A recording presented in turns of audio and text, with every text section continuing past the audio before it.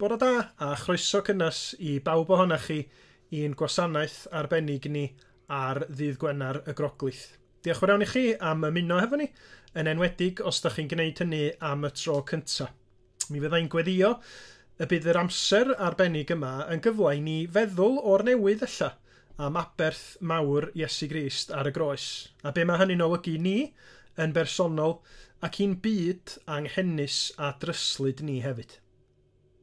Yn ogystal, mi fyddwn ni yn edrych ymlaen i brofi Duw ar waith trwy ysbryd glân. Mewn ffordd fydd yn rhoi bywyd i'n mawl ni, a fydd yn helpu ni ymatab i'r hyn y byddwn ni'n ei glywed o air Duw, i'n harfogi ni ar gyfer yr hyn sydd o'n blaena ni. Gai ddiolch o flaen llaw i Gwion a Sera Dafydd am ei help nhw ar gyfer y gwasanaeth yma. Nes ymlaen, mi fydd Sera yn darllen o'r Beibl i ni. Mi fydd hi yn disgrifio marwolaeth Iesu Grist o Efengil Ioan, pennod 19 ac adnodau 16 i 30 o Beibl.net. Ond cyn hynny, da ni am gychwyn wrth i Gwion yn harwain ni mewn gweddi, felly dewch i ni gydweddio efo'n gilydd. O arglwydd nefel, da ni yn dod o flaen di heddiw, yn rhyfeddu ar dy ras di teg ato ni.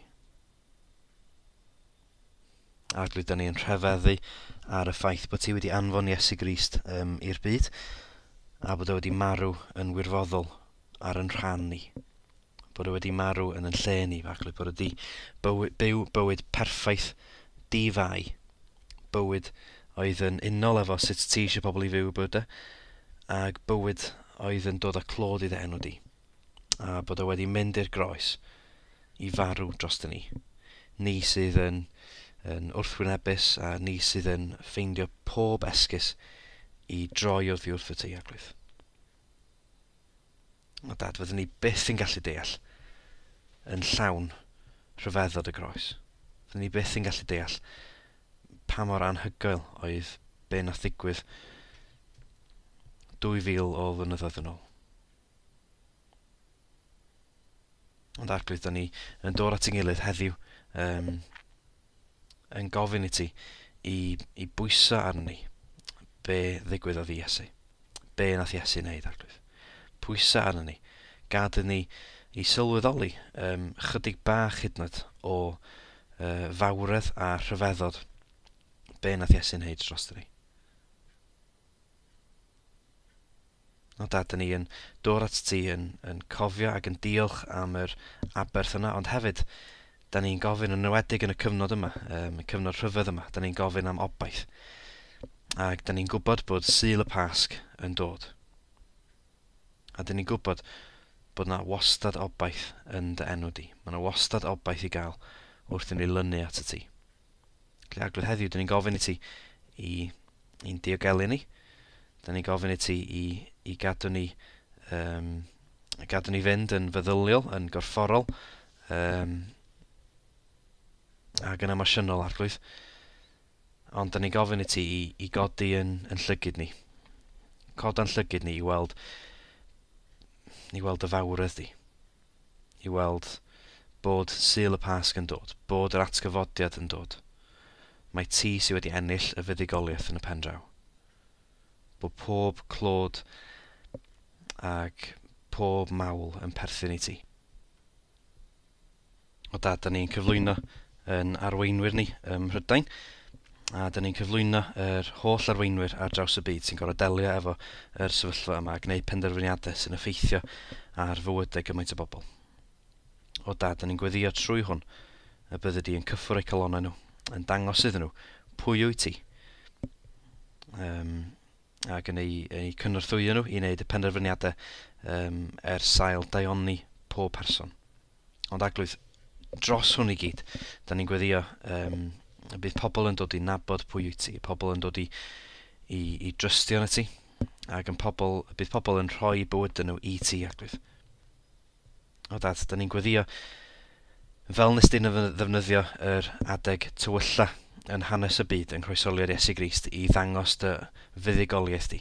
O dad, defnyddio yr adeg tywyll anodd yma i ddangos pa mor rhyfeddol wyt ti. Ac rydyn ni'n gweddio byddwn ni'n defnyddio'r cyfnod yma i newid bywyd y pobl yn llwyr a bydden nhw yn gweld y gobaith sydd yn dy enw di.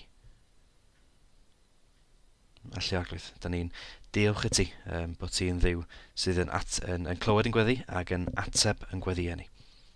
Da ni'n gweddio hyn i gyd yn enw sanctaidd Iesu Grist. Amen. Yn y diwedd, dyma Peilat yn gadael iddyn nhw gael eu ffordd ac yn rhoi Iesu i'w groeshoelio. Felly aeth y milwyr ag Iesu i ffwrdd. Aeth allan yn cario'i groes i'r lle sy'n cael ei alw lle y benglog, Golgotha yn Hebraeg. Yno, dyma nhw'n hoelio Iesu ar y groes, a dau arall hefyd, un bob ochr iddo, a Iesu yn y canol. Trefnodd Peilat fod arwydd yn cael ei rwymo ar y groes, yn dweud Iesu o Nazareth, brenin yr Iddewon. Gwelodd llawer o Iddewon yr arwydd yma, am fod y lle y cafodd Iesu ei groeshoelio yn agos i'r ddinas. Roedd yn arwydd mewn tair iaith, Hebraeg, Lladin a Groeg. Aeth y prif offeiriad at Peilat i Gwener. Ddyle ti ddim ysgrifennu brenin yr Iddewon, ond yn hytrach fod y dyn yna'n hawlio mai fo oedd brenin yr Iddewon. Atebodd Peilat, dwi wedi ysgrifennu a dyna diwedd y mater. Pan wnaeth y milwyr groeshoelio Iesu, dyma nhw'n cymryd ei ddillad a'i rhannu rhwng y 4 ohonyn nhw, ond roedd ei grys yn un darn o frethyn o'r top i'r gwaelod. Felly dyma nhw'n dweud, ddylen ni ddim rhwygo hwn, gadewch i ni gamblo amdano. Digwyddodd hyn mwyn i'r ysgrifau sanctaidd ddod yn wir. Mae nhw wedi rhannu fy nillad rhyngddyn nhw a gamblo am fy nghrys. Dyma'n union wnaeth y milwyr. Roedd mam Iesu yn sefyll wrth ymyl ei groes, a'i fodryb hefyd, a Mair Graig Clopas a Mair Magdalen. Pan welodd Iesu ei fam yn sefyll yna, a'r disgybl oedd Iesu yn ei garu yn sefyll gyda hi, meddai wrth ei fam, Mam annwyl, cymer o fel mab i ti, ac wrth y disgybl, gofala amdani hi fel petai'n fam i ti. Felly o hynny ymlaen, aeth mam Iesu i fyw gyda'r disgybl hwnnw. Roedd Iesu'n gwybod ei fod wedi gwneud popeth roedd gofyn iddo i'w wneud. Dwi'n sychedig, meddai, gan gyflawni beth roedd yr ysgrifau sanctaidd yn ei ddweud. Roedd jwg o win sur rhad wrth ymyl, felly dyma nhw'n trochi ysbwng yn y gwin a'i rhwymo ar goesen isop i'w godi i fyny at wefusau Iesu. Ar ôl cael diod, dyma Iesu'n dweud, mae'r cwbl wedi i'w wneud. Yno plygodd ei ben a marw. Un cwestiwn dwi wedi glywed a'i ofyn lawer gwaith yn ddiweddar ydy sut ydych chi'n dygymod? Sut da ni fel pobl yn delio hefo'r sefyllfa yma da ni'n byw yn hi? A mae'r atebion wedi bod yn eitha amrywiol. Rhei, yn enwedig ffermwyr sy'n wyna, ddim yn gweld gymaint â hynny o newid, deud y gwir. Deud bod nhw wedi cael eu hynysu i raddau helaeth pryn bynnag. A mi o'n i bod na nifer o rieni yn gweld o'r newydd. Sut mae'r profiad o fod yn sownd yn tŷ efo'r plant trwy'r amser yn golygu bod nhw angen cryn dipyn o amynedd. Ond i eraill, mae'r profiad yn gwbl hunllefus. O bosib gweld effeithiau'r salwch ar aelodau teulu nhw, a'r ofn mawr bod y salwch hwnnw yn datblygu yn brofedigaeth, yn farwolaeth, a gorfod wynebu'r holl alar a'r tristwch, hefo'r cyfyngiadau yn ei rhwystro nhw rhag profi y gefnogaeth deuluol a chymunedol yr ydym ni wedi arfer dibynnu arnyn nhw. Tasan ni'n bod yn hollol onest, dwi'n dychmygu y bydda nifer fawr ohona ni, yn enwedig y rhai sydd wedi cael eu heffeithio dryma gan y feirws yma'n cyfadda i bod nhw'n dyheu yn ysu am i'r cyfan ddod i ben, ac i fywyd normal ddychwelyd. Ond be sy'n gwneud pob peth mor anodd, a'r hyn sy'n pwyso yn drwm ar gymaint ohona ni ydy'r ffaith nad ydyn ni'n gwybod pryd fydd y cyfan drosodd. Da ni wedi clywed lawer gwaith yn ddiweddar bod y cyfnod yma'n un tebyg i gyfnodau'r rhyfeloedd byd yn y ganrif ddwytha. Ond mae yna wahaniaeth. Ar ddiwedd y ddau ryfel byd, mi oedd na ddatganiadau swyddogol yn doedd. Mae'r diwedd wedi dod. Ac yna mi oedd na ddathliadau cyhoeddus i lawenhau yn hynny. Ond tydi'r hyn sy'n digwydd hefo'r feirws ddim hanner mor glir di'r gwleidyddion neu hyd yn oed yr arbenigwyr gwyddonol ddim yn hollol siŵr be fydd yn digwydd. A maen nhw ond yn gallu cynnig rhyw led obaith y bydd pethau'n gwella rhywbryd yn y dyfodol os fydd na feddyginiaeth addas yn dod. Felly yn y cyfamser, sut allwn ni gario ymlaen i fyw yn bywyda a phob peth mor ansefydlog a phryderus? Os na ffordd i ni ddianc o'r ofn gwirioneddol y gall y feirws hon ddinistrio popeth i ni anteuluoedd? A hitha'n ddydd Gwener a Groglith, mae'n naturiol yn bod ni'n troi at hanes croesoeliad mab Duw Iesu Grist. A'n bod ni wrth wneud hynny yn ystyried be ydy'r neges obeithiol i ni heddiw o'r digwyddiad holl bwysig yma. Ond mae'n teimlo'n gwestiwn rhyfedd i'w ofyn yn dydy. Mewn cyfnod lle mae salwch a marwolaeth o'n cwmpas ni mhob man, sut allwn ni feddwl am farwolaeth erchill un dyn ar groes, gan obeithio bod yna obaith yn dod o hynny? Eto, dyna bwyslais amlwg iawn y Testament Newydd. Trwy farwolaeth ac atgyfodiad Iesu Grist, daeth neges o obaith i'r byd. Neges am faddeuant, bywyd a llawenydd i'r holl fyd. Y neges sy'n troi'n reality personol bendigedig i bawb sy'n dod i gredu yng Nghrist dros dyn ti hunin. Yn darlleniad ni heddiw o Ioan 19, da ni'n cael yr olygfa erchill honno o Iesu yn hongian ar y groes. A mae wedi gwneud hynny soria ar ôl cael ei gamdrin yn gorfforol gan y milwyr a'i watwar a'i wawdio gan yr awdurdodau crefyddol. Mae Iesu hun yn gwybod i fod o ar fin marw. Ac ar ôl cael llymaid o win sur gan y milwyr, mae o'n dweud, yn Beibl.net, mae'r cwbl wedi wneud, neu yng nghyfieithiad y Beibl Cymraeg Newydd, Gorffennwyd. Ac yna mae o'n marw. Mae'r un gair yma, Gorffennwyd, ac un gair oedd o yn y groeg gwreiddiol, yn deud cyfrola am sut oedd Iesu'n gweld i farwolaeth ei hun. A pam bod y farwolaeth honno mor ganolog i ffydd a gobaith Cristnogion am filoedd o flynyddoedd wedyn. Wrth ddweud Gorffennwyd, mae'r cwbl wedi wneud, mae Iesu yn dangos yn glir bod cynllun cariadus Duw i adfer y berthynas rhwngtho fo a phobl oedd wedi troi cefn arno o'r diwedd wedi ei chwblhau. Ac mae'r cyfan wedi ei gwblhau gan Iesu Grist ei hun, mab Duw, Duw yn y cnawd. Mae o'n ddatganiad cyhoeddus lle mae Iesu'n dweud job done. Mae'r cymod o'r diwedd rhwng Duw a phobl bechadurus wedi digwydd, gan bod y ffordd bellach ar agor i bawb sy'n credu ddod at Dduw. Dros y penwsos yma, mae'n debyg y bydd yr heddlu yn gosod rhwystra ar ffyrdd ac yn atal pobl sydd ddim yn byw yn yr ardal hon o'r byd rhag dod yma ar wyliau oherwydd y cyfyngiadau amlwg ar symud. A be mae'r Beibl yn ei ddysgu i ni ydy bod yn pechod a'n anufuddod ni fel pobl hefyd yn rhwystyr rhag i ni ddod at y Duw di-bechod a sanctaidd. A dyna pam oedd rhaid i Iesu ddod i newid pethau. Meddyliwch be ddudodd Iesu Grist ei hun yn Ioan 14. Nid yw neb yn dod at y tad, ond trwy o fi.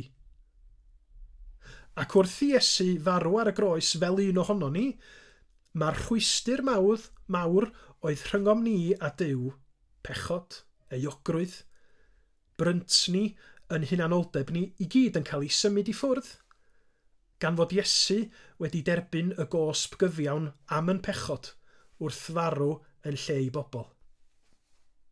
Yr arwydd clir bod mae gymod rhwng Duw a dynoliaeth bechadurus yn gallu digwydd rwan, ydy bod y llen mawr, y llen trwchus yn y deml oedd yn arwydd clir na chai pobl euog ddod at Dduw, mi rwygwyd y llen honno o'r top i'r gwaelod.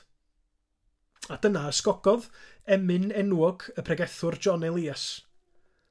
Wrth sôn am Iesu yn marw ar y groes, mae'n deud, pan grymodd ef ei ben, wrth farw yn ein lle, a gorodd ffordd pan rwygai'r llen i byr drigfannau'r ne. A dyna pam bod Cristnogion ar draws y byd yn gallu wynebu salwch, ansefydlogrwydd, erchylltera a hyd yn oed marwolaeth hefo gobaith ac ia llawenydd. Pam? Oherwydd bod hyd yn oed marwolaeth gorfforol ddim yn gallu dileu y bywyd tragwyddol a'r cariad sy'n dod at y Cristion yn Iesu Grist. Wn i ddim faint ohonoch chi sy'n gyfarwydd ar gêm boblogaidd i blant mi oedd hi'n boblogaidd pan o'n i'n ifanc, Top Trumps, ond mae hi'n seiliedig ar y ffaith bod un nodwedd yn cael y gora ar y llall. Enghraifft bod Ferrari yn gyflymach na King Dan ac felly mae'r Ferrari yn trympio. Os da chi'n meddwl am eiria cofiadwy yr apostol Paul yn ei lythyr at yr Rhufeiniaid yr 8fed bennod, yr adran sydd yn cychwyn pwy allu'n gwahanu ni oddi wrth gariad Crist. Mae o fel petai Paul yn mynd allan o'i ffordd i restru gymaint o bethau gwahanol. Mae fel tasa fo yn chwarae rhyw fath o top trumps i hun i ddisgrifio mawredd buddigoliaeth Iesu Grist. Mae fel tasa fo'n yn herio ni sy'n gwrando i feddwl am unrhyw beth arall all fod yn rhwystyr i ni dderbyn o ddaioni Duw. Be am salwch? Be am rymoedd drygionus yn y byd neu yn y nefolion leoedd? Be am farwolaeth? A mae o'n gorffan trwy ddatgan, does na ddim oll a grewyd yn gallu'n gwahanu ni sy'n yn credu'n Iesu Grist, oddi wrth gariad Duw yng Nghrist Iesu'n harglwydd. Ac os di hynny'n wir am gariad, mae o'r un mor wir hefyd am y bywyd sy'n eiddo i ni yng Nghrist Iesu. Oherwydd bod Iesu Grist wedi deud gorffennwyd, mae'r Cristion yn gallu bod yn hyderus bod ei waith o wedi gyflawni, wedi orffan. Ac oherwydd hynny, bod maddeuant yn eiddo i ni trwy ras. Mae'n perthynas ni am byth hefo Duw mewn nef a deiar newydd lle mae pob peth wedi adfer yn gwbl ddiogel. Does am angen i ni ddisgwyl am achubwr arall, a does na'm pwynt i ni ymdrechu i fod yn dda mwyn i Dduw yn derbyn ni. Mae o ond yn derbyn ni trwy Iesu Grist. Dysgeidiaeth glir y Beibl ydy heb nabod Iesu Grist, mae pobl yn ddiobaith. Waith faint ydyn ni'n trio twyllo'n hunin y bydd popeth yn iawn. Ond os ydyn ni'n ymddiried yn Iesu Grist, os ydyn ni yn pwyso ar ei farwolaeth a'i atgyfodiad o ar yn rhannu, os da ni wedi cael bywyd newydd trwy'r Ysbryd Glân, yna mae gennym ni obaith. Mae yna gysur. Mae yna gariad nad os na neb na dim yn gallu ddwyn oddi arno ni. Yn y cyfnod yma, lle mae marwolaeth a salwch yn fwgan holl bresennol, dyma'r cysur, dyma'r gobaith all wneud byd o wahaniaeth i ni heddiw ac am byth. Da chi di brofi fo eto? Da chi di derbyn o? Neu'n fwy cywir, da chi di derbyn Iesu Grist eto? Mae o'n fyw. Mae o'n galw arnach chi i ddod i brofi o'i hilioni fo, dim ond i ni fod yn barod i droi cefn ar yn pechod a'n hunanoldeb a throi at y fo mewn ffydd. Mi o'n i fod llawer sy'n derbyn triniaeth ganser yn ymwybodol o ddigwyddiad pwysig yn eu triniaeth nhw. Os di'r driniaeth di bod yn llwyddiannus, maen nhw'n canu cloch yn llawen i ddathlu'r ffaith bod eu triniaeth nhw wedi dod i ben. Wrth i ni ystyried yn sefyllfa ni a'r byd o'n cwmpas ni heddiw. Mi da ni am ddiolch bod na ddatganiad hyd yn oed mwy rhyfeddol wedi cael ei wneud pan ddwedodd Iesu, Gorffennwyd. Mae'r cwbl wedi wneud. Mae'r gwaith wedi gyflawni. Does dim ar ôl i ni wneud, ond ymddiried yn ddiolchgar yn y gwaredwr. Byw yn bywydau gan garu, gwasanaethu a moli Duw yn erth yr ysbryd glân. A dwi am orffan yn dyfynnu Paul unwaith eto, ond tro yma yn ei lythyr cyntaf o at y Corinthiaid, y 15fed bennod, lle mae o'n deud, ond i Dduw y bor diolch, yr hwn sy'n rhoi'r fuddugoliaeth i ni trwy'n harglwydd Iesu Grist, mwyn i enw. Amen. A chyn i ni ganu yr emyn ar ddiwedd y gwasanaeth efo'n gilydd, dewch i ni blygu pen a gweddio. O Dduw ein Tad, da ni yn rhyfeddu at dy ddaioni di ac yn diolch gymaint i ti, bod na fuddugoliaeth wedi bod ar Golgotha, ar y groes, fod Iesu Grist wedi cyflawni y gwaith. Da ni'n diolch Arglwydd am faint y cariad olygodd bod Crist wedi mynd i'r eitha yn mwyn ni. Bod o wedi ildio i fywyd mwyn prynu bywyd newydd, bywyd tragwyddol i bawb sydd yn credu ynddo fo. Tyd yn agos ata ni rwan os gweld i fod yn dda. Hoelian sylw ni ar Iesu Grist a thrw'r ysbryd glân ar gyhoedda ni o'r newydd o'n hangen am waredwr. A ni'n gofyn dyfendith di'n gofyn darweiniad di yn ddiolchgar, yn enw ac yn heiddiant, yn harglwydd Iesu Grist. Amen. A mi orffennwn ni yn gwasanaeth y bore yma, yn canu un o'n ffefrynnau i, emyn 507 o ganeuon ffydd. Emyn sydd yn dangos i ni be mae marwolaeth Iesu Grist wir yn ei olygu'r Cristion. Caid modd i faddau beiau, a lle i guddio pen, yng nghlwyfau dyfnion Iesu fi'n gweudu ar y pren. Anfeidrol oedd ei gariad, anrheithol oedd ei gyr, wrth farw dros bechadur o dan yr hoelion dyr. Unwaith am byth oedd ddigon i wisgo'r goron drain, unwaith am byth oedd ddigon i ddiodde'r bicell fain. Un aberth mawr yn sylwedd yr holl gysgodau i gyd, un Iesu croes oeliedig yn feddyg drwy'r holl fyd.